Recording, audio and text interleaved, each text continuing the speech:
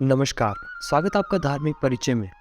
भगवान श्री कृष्ण सच्चे सन्यासी के लक्षण और कर्तव्य बताते हुए कहते हैं, विचारवान सन्यासी दृश्यमान जगत को यानी दिखने वाले जगत को सत्य वस्तु कभी न समझी, क्योंकि यह तो प्रत्यक्ष ही नाशवान है।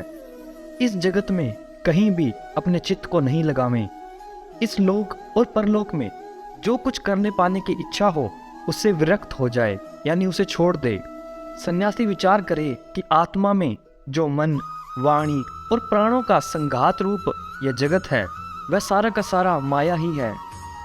इस विचार के द्वारा इससे अलग होके अपने स्वरूप में स्थित हो जाएं और फिर कभी उसका स्मरण भी न करें। ज्ञाननिष्ठ, विरक्त, मुमुक्षु और मोक्ष की भी अपेक्षा न रखने वाला मेरा भक्त आश्रमों की मर्यादा में बद्ध नहीं है, यानी बधा हुआ नहीं है।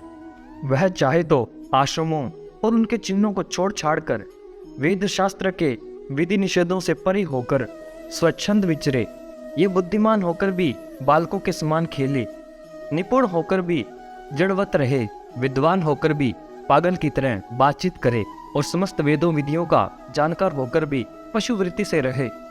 उसे चाहिए कि वेदों के कर्मकांड भाग की व्याख्या में न लगे, पाखंड न करे, तर्क वितर्क से बचे और जहाँ कोरा वाद विवाद हो रहा हो वहाँ कोई पक्ष न ले।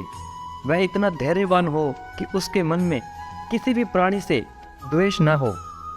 वह स्वयं भी किसी प्राणी को उद्विग्न न करे, उसकी कोई निंदा करे तो प्रसन्नता से सह ले, किसी का अपमान न करे। प्रिय उद्धव, सन्यासी इस शरीर के लिए किसी से भी बैर न करे। ऐसा बैर तो पशु करते हैं।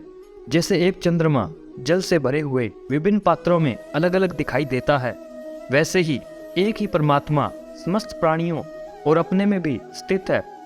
सबका आत्मा तो एक ही है।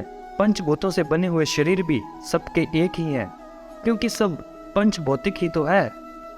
प्रिय उद्धव, सन्यासी को किसी दिन यदि समय पर भोजन न मिले तो उसे दुखी नहीं होना चाहिए, और यदि बराबर मिलता रहे तो प्रसन्न भी नहीं होना चाहिए। उसे चाहिए कि वे धैर्य रखे, मन में हर्ष और विषाद दोनों प्रकार के विकार न आने दे, क्योंकि भोजन मिलना और न मिलना दोनों ही प्रारब्ध के अधीन है। भिक्षा अवश्य मांगनी चाहिए, ऐसा करना उचित ही है, क्योंकि भिक्षा से ही प्राणों की रक्षा होती है। प्राण रहने से ही तत्व का विचार होता है, और तत्व विचार से तत्व ज्ञान होकर मुक्ति मिलती है। सन्यासी को प्रारब्ध के अनुसार अच्छी या बुरी जैसे भी भिक्षा मिल जाए उसी से पेट भर ले। वस्त्र और बिछौने भी जैसे मिल जाए उसी से काम चला ले। उनमें अच्छेपन और बुरेपन की कल्पना न करे। जैसे मैं परमेश्वर होने पर भी अपनी लीला से ही शौच आदि शास्त्रोक्त नियमों का पालन करता हूँ, वैसे ही ज्ञानिष्ठ पुरुष भी शौच, आचमन, स्नान और दूसरे नियमों का लीला से ही आचरण करे। वह शास्त्र विधि के अधीन होकर विधि खींचकर होकर न करे, क्योंकि ज्ञानिष्ठ पुरुष को भेद की प्रतीति ही नहीं होती।